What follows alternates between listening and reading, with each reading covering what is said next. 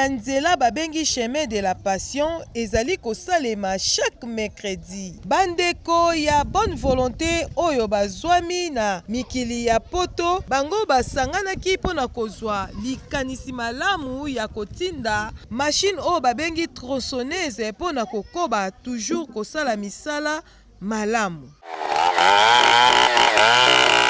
Na yango tokoyoka maître Vatusidi lolenge a éclaircir biso ndenge nini machine oyo babengi tronçonneuse elongwe uta na mikili ya poto mpona kokoma ti bisika oyo bazali kosala misala.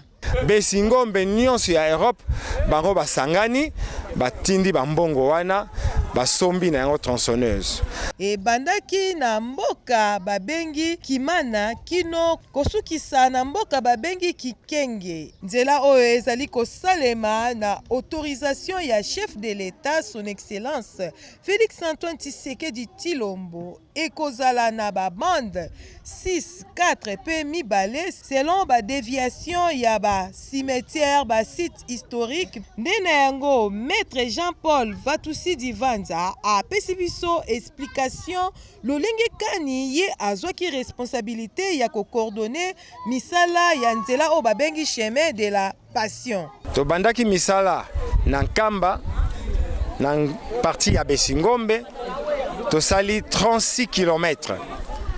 Tofongoli yango munene po esala 4 bandes, 2 aller 2 retour.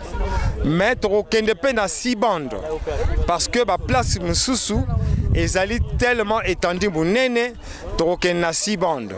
Ba place oyo tomoni route ekomi rétrécie tokokende na 4 bandes.